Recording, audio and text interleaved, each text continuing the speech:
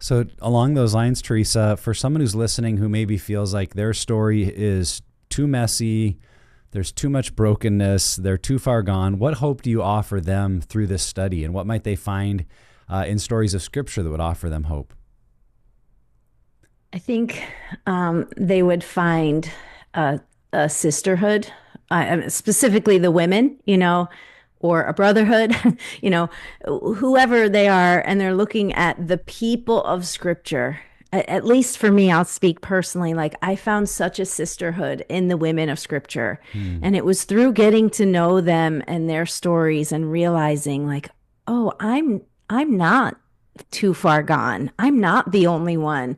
And then as I've gone through the study with women, there's this bond that occurs through us sharing our stories with one another. And there's so much hope and grace when you find those safe people and you get to share your stories together. I think there is we see transformation, like the woman at the well, like her story. This is a woman whose life is like utterly transformed when she encounters Jesus.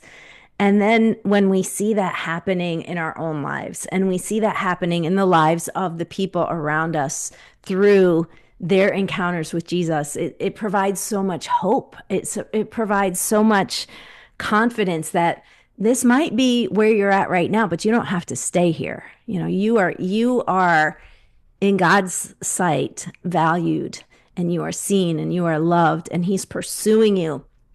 And what has been done to you or by you is not the defining word on your life. So I Hmm. think I think there's so much hope. You talk about just that safe sisterhood and especially going through um, a group together and having that safety. And we know this from our type of groups that we run, that there is powerful healing that happens in the brain, in the mind, to help undo some of those distorted truths, those false shame lies when we say them out loud. And so, I mean, that's I would hope that people do pick up your book and go through and at least have coffee with a friend and talk about it, talk about what they're learning, because it's good information to have, but it's better transformative information when we can verbalize it and share it out loud and really say those things that we felt about ourselves and got stuck in, filter it through God's word and through today and through, not being traumatized and limbic or whatever, and putting it back in. And so I love that that's your approach and that's what you see, because life is messy. And so to be able to show up and just put it all out on the table and say, this is my mess and I want to see God do something good with the rebel is just so beautiful. Yeah. Mm.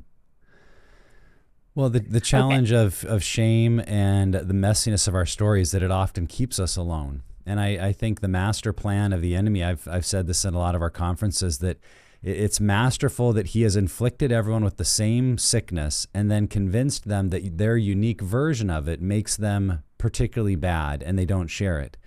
So it's like we're all sitting in church together with cancer, and we have different versions of cancer, but no one wants to admit they have cancer because they think they're the only one. And yet if they were honest, actually nearly everyone around them would say, oh, me too.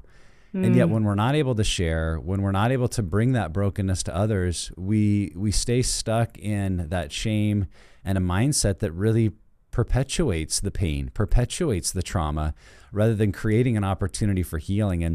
And I know some people have had experiences where they've tried to share with someone who really couldn't relate. And it maybe left a reinforcing message that said, see, I can't tell anybody because I tried to tell a friend and they didn't relate. They didn't understand. They just told me, don't do that. Or, they gave me bad advice. And so we stop. And yet there are places like a Pure Desire group. There are many people out there that could hear your story and go, I can totally relate to that. And we're looking to create those kind of safe places in churches around the country and around the world. But we know that's a work in progress. So for you, if as a listener, you're feeling like, but who can relate to me? And I think finding a group that is set up for that is so key, because there are many, many people that can relate. And when we're able to find that safe place to relate our story to others, it is a huge part of our transformation.